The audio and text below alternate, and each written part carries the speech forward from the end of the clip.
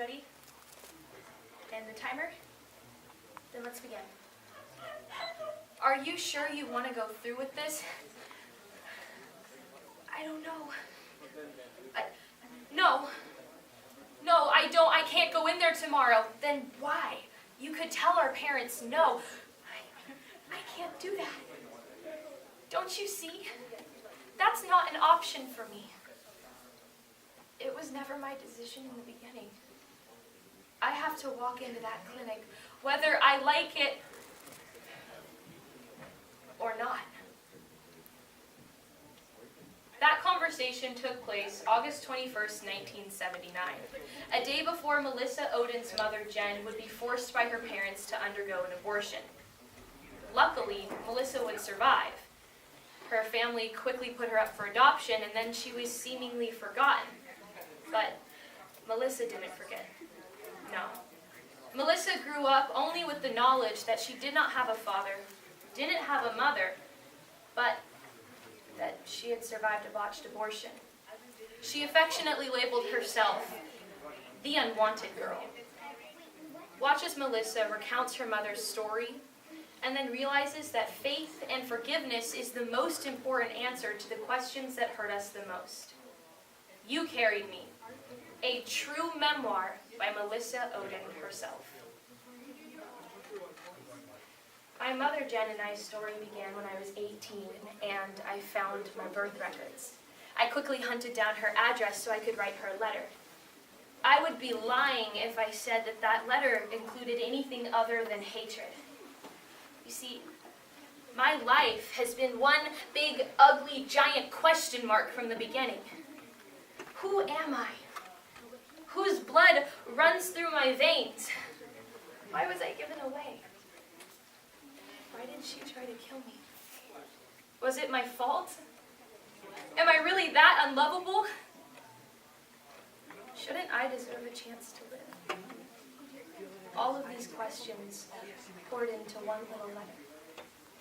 I didn't expect a response, so imagine my surprise when I got one. And thus, I began to learn the story of my birth mother's life. At the start of my life, she was a young, vivacious, intelligent girl in love with the boy that she had planned to marry, her fiancé. But then she found out that she was pregnant. She was scared and confused, but her parents made it clear that abortion was the one and only option on the table. My mother was forced against her will by the people who should have protected her to end the life of her child.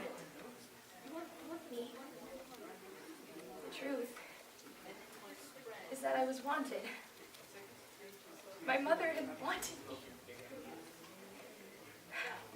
And she stopped writing letters. And for months, I waited for a response until I finally got one.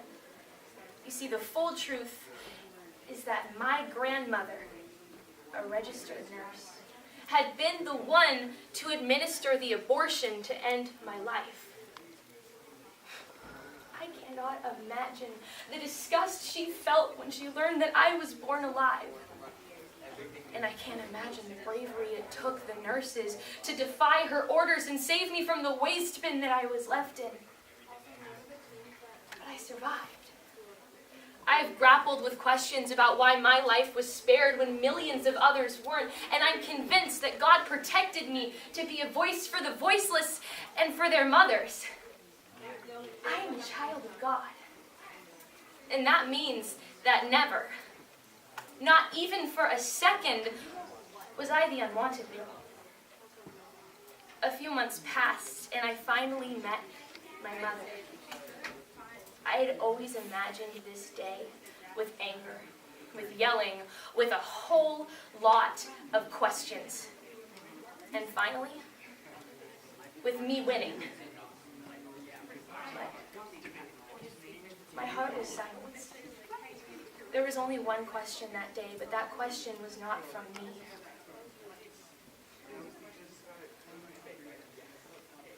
I don't know if you could ever do this. But could you forgive me? I am so sorry. I should have fought harder. I should have told them no. I could have run away.